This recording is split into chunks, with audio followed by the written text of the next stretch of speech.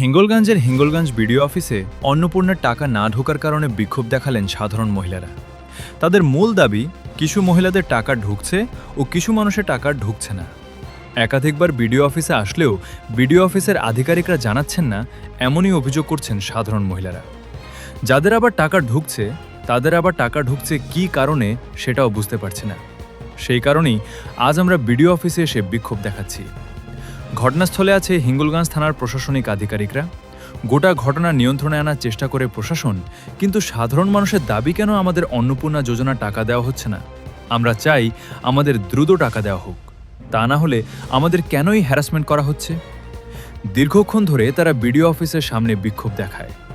হিঙ্গলগঞ্জের BDO Devdas Ganguly না থাকার কারণে বিডিএমের এসডিওপিও ওমর আলী হোসেনের ও হিঙ্গলগঞ্জের ভারপ্রাপ্ত আধিকারিক রাহুল হালদারের আশ্বাসে বিক্ষোভকারীরা বিক্ষোভ তুলে নেন। অ্যাপ্রুভাল দেয় তবেই তিনি পেমেন্ট পাবেন। রাজ্য স্তর থেকে যদি তারটা হোল্ড করে রাখে তাহলে তাকে অপেক্ষা করতে হবে। কিছু মানুষ আছে একবারে টাকা পেয়েছে, দ্বিতীয়বার পাচ্ছে না। অনেক মানুষই আছে। এর কারণগুলো ওরা জানতে চাইছে। কারণগুলো তো আমাদের শুনুন, কারণগুলো তো না তার জন্য কমপ্লেন বক্স আছে। আপনি কারণগুলো আমরা জানতে চেয়েছি। দেখুন কারণগুলো এটা আপনারা মানুষকে বোঝাতে পারেন যে পার্সোনালি আপনাদের যদি দেখা যাচ্ছে, যেমন একজন মহিলা বললেন, এখানে একজন দিদিভাই ছিলেন, বললেন যে আমি একবার টাকা পেয়েছি, সেকেন্ডবার আমি টাকা পাচ্ছি না। তার জন্য কিন্তু কমপ্লেন বক্স আছে, তিনি আলাদা করে অ্যাপ্লিকেশন করতে পারেন। সেটা আপনি কিন্তু লোকজনকে বলতে পারেন যে এনার যদি কোনো সমস্যা থাকে। আর না হলে অ্যাজ এ হোল আমরা একটা লিস্ট বললাম, চাইলাম যেটা বিষয় হচ্ছে যে যাদের আমরা যে ভিডিও বিষয়ে অনলাইনে ফর্ম ফিল আপ করেছি, সেই টাকাগুলোও ঢুকছে না কেন? অনলাইন টাকা তার এই একটা জিনিস আপনারা শুনছেন, দিচ্ছে 6 জন, 3 জনের আসছে, 3 জনের আসছে। শুনুন শুনছেন, কিন্তু জিনিসটাকে বুঝে উঠতে পারছেন।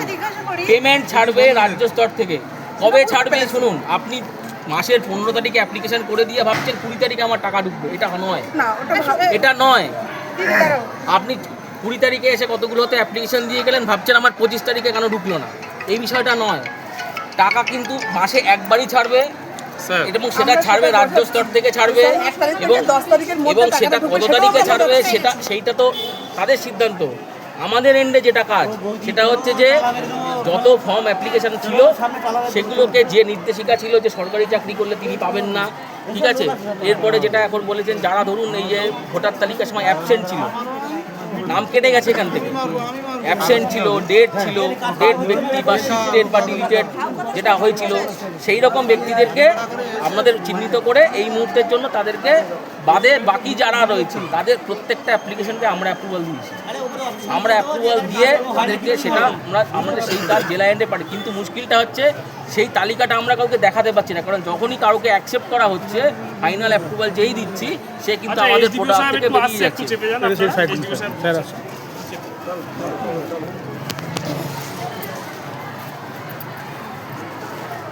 এবার আমাদের পোর্টাল থেকে বেরিয়ে গেলে আমরা কিন্তু সেটা দেখাতে পারছি না। এটা আমরা রাজ্য স্তরে জেলা স্তরে আর্ট করেছি যে আপনারা পূর্ণাঙ্গ লিস্টটা আমাদের দিন, যে কোন লোকগুলো পেয়েছেন এবং কোন লোকগুলো পাননি এবং কেন পাননি। শুনে নিন, এটা আমরা চেয়েছি, কিন্তু এখন অবধি আমাদের দেয়নি। আমাদেরকে যেই মুহূর্তে দেবে, আমি সেই মুহূর্তে পঞ্চায়েত এবং অফিসের গেটে সেই তালিকা আমি ঝুলিয়ে দেবো। কারণ প্রত্যেকটা মানুষের জানার অধিকার আছে যে আমি কেন পাইনি, আমারটা কেন আন্ডার এনকোয়ারি ছিল। এটা আমরা মনে করি, আমরা প্রত্যেকে শুনুন, এই মাসে পুরো মাসটা পুরো মাসটা আছে বলেই তার জন্য আপনাদের কমপ্লেন বক্স আছে, আপনারা কমপ্লেন বক্সে কমপ্লেন করতে পারেন। আমার কাছে হিঙ্গলগঞ্জটাই আমার এরিয়া। আমি স্পেসিফিক এরিয়া নয়, অমুকের এরিয়া তমুকের এরিয়া বলে না। শুনুন, পুরো হিঙ্গলগঞ্জটাই আমার এরিয়া। আমি পুরো হিঙ্গলগঞ্জকে নিয়ে ভাবছি, কোনো একটি এরিয়া নিয়ে আমার তো ভাবার বিষয় নেই। জনগণকে শান্ত করছি, কিন্তু অফিসে আসলে তারা উত্তেজিত হচ্ছে, কারণ স্যারেরা বলছে আমরা কিছুই জানি না। আপনারা একটা পোস্টে রয়েছেন, মানুষকে শান্ত করার জন্য কিছু করতে পারেন। সেটা আমরা তো বললাম। বাইরে দেখেছি, আমরা আসছি, আমরা কথা বলবো। এবার কথাবার্তা বলে মানে